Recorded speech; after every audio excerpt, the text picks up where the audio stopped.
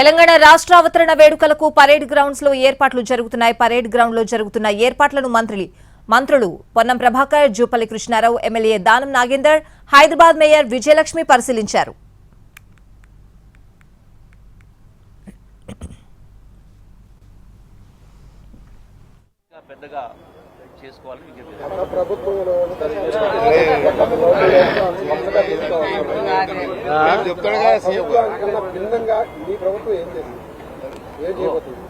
భిన్నంగా ఏం చేస్తుంది ఆ రిజల్టే భిన్నంగా వచ్చింది. సో దానికి అనుగుణంగానే ప్రజలందరినీ కూడా గౌరవించుకోవడం, అందరినీ భాగస్వామ్యం చేయడం.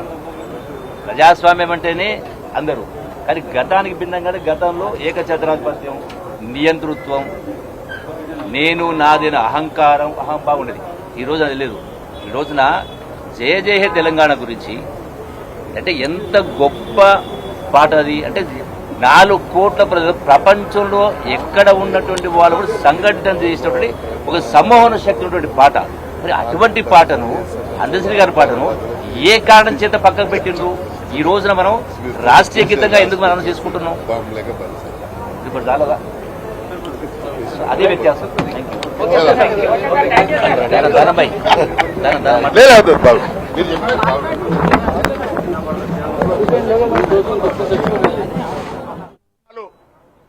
మరొక నియంతృత్వ వేదిక 10 సంవత్సరాలు మరొక నియంతృత్వ వేదికగా మారినటువంటి పరిస్థితుల్లో మార్పు కోరుకొని ప్రజలు ఇలా తెలంగాణ రాష్ట్రాన్ని, ప్రజాస్వామిక తెలంగాణను, ప్రజల పాలన తెలంగాణను తెచ్చుకున్నటువంటి సందర్భంలో జరిగే వేడుకలు ప్రతి తెలంగాణ బిడ్డ ఉత్సాహంగా జరుపుకోవాలి, అందరూ భాగస్వాములు కావాలని, తెలంగాణకు ఒక గీతం ఉండాలని ఆనాడు ఉద్యమానికి స్ఫూర్తినిచ్చినటువంటి గీతాన్ని రాష్ట్ర గీతంగా నిర్ణయించుకొని రేపు ఆవిష్కరించుకుంటున్న సందర్భంలో, అమరవీరుల కుటుంబాలను సన్మానించుకుంటున్న సందర్భంలో, తెలంగాణ ఉద్యమ స్ఫూర్తిలో పోరాడినటువంటి వాళ్ళందరినీ కూడా జ్ఞాపకం చేసుకోవడంతో పాటుగా రాబోయే భవిష్యత్ తెలంగాణ ప్రజల ఆకాంక్షకు అనుగుణంగా ఏ విధంగా ఉండాలో ఒక ఆలోచన తీసుకోపోయే విధంగా మరి రేపటి ఈ యొక్క ఆవిష్కరణ దినోత్సవాలు జరుగుతూ ఉన్నాయి.